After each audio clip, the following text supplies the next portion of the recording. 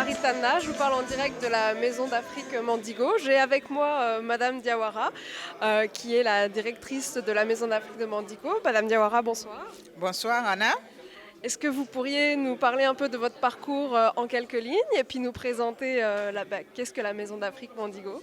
Ok, mon parcours, je suis d'Afrique de l'Ouest, Sud-Sahara là, et je suis publicitaire.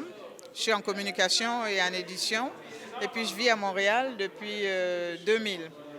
Et quand je suis venue à Montréal, c'était voir comment tisser des liens entre l'Afrique et le Québec, le Canada. Et puis, de fil en aiguille, je suis arrivée à comprendre que ce qui manquait ici, c'était une maison de l'Afrique, mais une maison de l'Afrique pour toute l'Afrique, Sahara, Sud-Sahara, en haut du Sahara.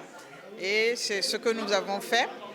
Et j'en suis bien contente parce que j'ai Anna qui est berbère, j'ai un autre qui est marocain, j'ai des gens du Congo, de la Côte d'Ivoire, de partout. Donc je suis bien contente que le rêve que nous avions d'une maison de l'Afrique, une vraie maison de toute l'Afrique, se soit réalisé.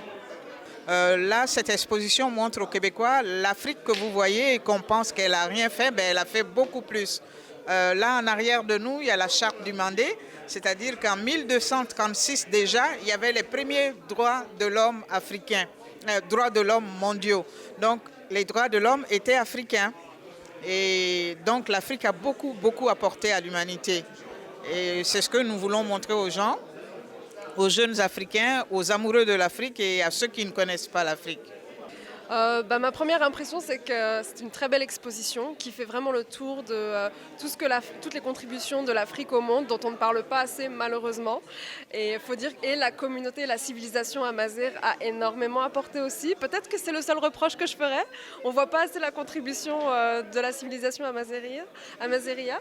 Et en dehors de ça, vraiment, il n'y a rien à dire. C'est quelque chose qu'on devrait soutenir, qui devrait être plus soutenu par les gouvernements locaux, par la province du Québec.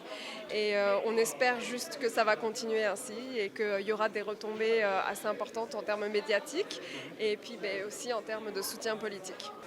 La Berbérie n'arrive pas jusqu'au Tchad, la Berbérie c'est l'Afrique. Parce que au-delà de l'Afrique, c'est que le nom même Afrique vient de la culture berbère, Teferke. Bon, je prononce peut-être très mal, mais c'est Teferka qui a donné le nom à l'Afrique. Donc, et non seulement ça, le monde entier connaît la civilisation et la culture berbère. L'Afrique a donné trois papes. Au Vatican, et ça vient du monde berbère. L'Afrique a donné quoi? Des philosophes, des penseurs, Saint-Augustine, Tertullien, Saint-Augustin. Et les gens ne le savent pas, mais donc la culture mondiale a emprunté tout de la culture berbère. Donc nous sommes fiers, tous les Africains doivent se dire qu'ils sont berbères. Et quand vous parlez des origines, je suis né à Dakar au Sénégal, un père béninois et une mère algérienne. Je me sens, je dirais 60% algérien, 20% sénégalais et 20% béninois. Non, mais disons que l'Algérie, c'est quand même... C'est la mer qui nous marque. On est profondément marqué par les origines et les traditions amazighes.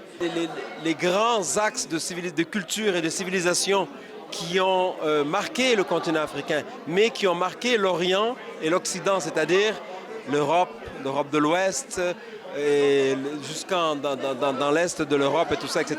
Ce sont eux les Berbères qui sont... Et on ne peut pas dire aujourd'hui, qui que nous soyons, qu'on soit né à Djibouti ou au Soudan ou en Égypte ou au Maroc ou en Tunisie ou en Espagne, au Portugal, en France et ailleurs, même on retrouve la shorba en Bulgarie. La même recette de shorba en Bulgarie, tout près de la Tchernomoré, la mer Noire.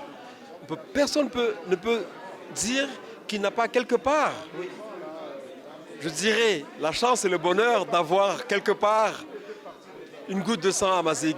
Et dans ce que nous sommes, dans ce que nous avons comme développé comme façon de concevoir le monde, que ce soit dans les sciences, dans toutes les sciences possibles et imaginables, dans la médecine, dans l'archéologie, l'astronomie, les sciences spirituelles, la religion, la culture, tout est marqué par ce grand souffle berbère qui a fécondé l'ensemble de ce bassin méditerranéen, mais qui aussi a été porteur de civilisation pour l'universel. Pour la culture africaine, évidemment. Moi, comme vous, on a l'avantage d'être des courtes pointes, des espèces de mosaïques ambulantes au plan culturel, linguistique, tout ce qu'on veut. Et nous sommes de bons ambassadeurs pour amener les uns et les autres à se retrouver sur des plateformes qu'ils n'auraient jamais imaginées. Nous sommes des réceptacles de diversité culturelle qui joue un rôle essentiel dans cette société qui recèle de beaucoup de gens qui ont encore besoin d'en apprendre beaucoup sur nous. Et je pense que vous, comme moi, nous remplissons chacun dans son domaine le rôle qui nous sied. Merci beaucoup, Monsieur le Ministre. Je vous en prie. Je vous en prie.